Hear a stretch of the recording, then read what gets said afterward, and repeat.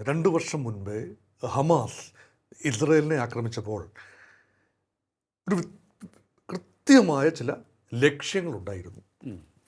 വിശാല ലക്ഷ്യം പലസ്തീൻ രാഷ്ട്ര സ്ഥാപനം. അതിനായി ലോക മനസ്സുകളെ ഒരുക്കുന്നു.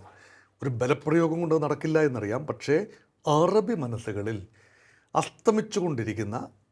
അന്ന് അസ്തമിച്ചിരുന്ന പലസ്തീൻ എന്ന വികാരം, ആ വികാരം ഒന്നുകൂടി പൊടി തട്ടി എടുക്കാൻ കാരണമായി. അതുമാത്രമല്ല, അബ്രഹാമിക കരാറുകൾ ഒന്നൊന്നായി അറബി രാജ്യങ്ങൾ, അതിപിതാവെന്നവർ കരുതുന്ന അബ്രഹാമിൻ്റെ പേരിൽ ജൂതരാഷ്ട്രവുമായി സന്ധി ചെയ്തു പോയപ്പോൾ സൗദി അറേബ്യ കൂടി സന്ധി ചെയ്യും എന്ന ഘട്ടം വന്നപ്പോൾ അതൊഴിവാക്കാൻ ഹമാസ് കണ്ടെത്തിയ ഒരു കുറുക്കു വഴി, അല്ലെങ്കിൽ അനിവാര്യമായ ഒരു കാര്യം എന്ന രീതിയിൽ ഹമാസ് അന്ന് കണ്ടു.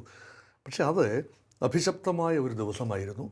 അതിന് തത്തുല്യമായ രീതിയിലല്ല തിരിച്ചടി ഉണ്ടായത്. ഡിസ്പ്രപ്പോർഷനേറ്റ് കൗണ്ടർ ഒഫൻസീവ്, വളരെ വ്യാപകമായ counter offence. Offence is the best form of defence. ഇതൊരു പക്ഷേ ഈ കളിക്കളത്തിൽ കാണുന്ന ഒരു ക്രിക്കറ്റ് ഫീൽഡിലൊക്കെ ചിലപ്പോൾ നമ്മൾ ഏതാനും വിക്കറ്റുകൾ വീട് കഴിയുമ്പോൾ വളരെയധികം ഉൾവലിയുന്ന ഒരു സമീപനമാണ്.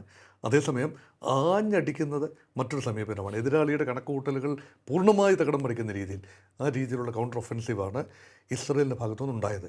അങ്ങനെയാണ് ഈ പറയുന്ന വലിയ നമ്പേഴ്സ്, 1200 ജീവൻ മാത്രമാണ് ഇസ്രയേലിൽ ഒക്ടോബർ 7, 2023 പൊലിഞ്ഞതെങ്കിൽ കൗണ്ടർ ഒഫൻസീവിൽ ജീവൻ പൊലിഞ്ഞതിൻ്റെ കൃത്യമായ കണക്ക്, ഇപ്പോൾ കമ്പോള നിലവാരം എന്നൊക്കെ പറയുന്ന പോലെ ഇന്നത്തെ കണക്ക് അത് 67,160 എത്തി നിൽക്കുന്നു.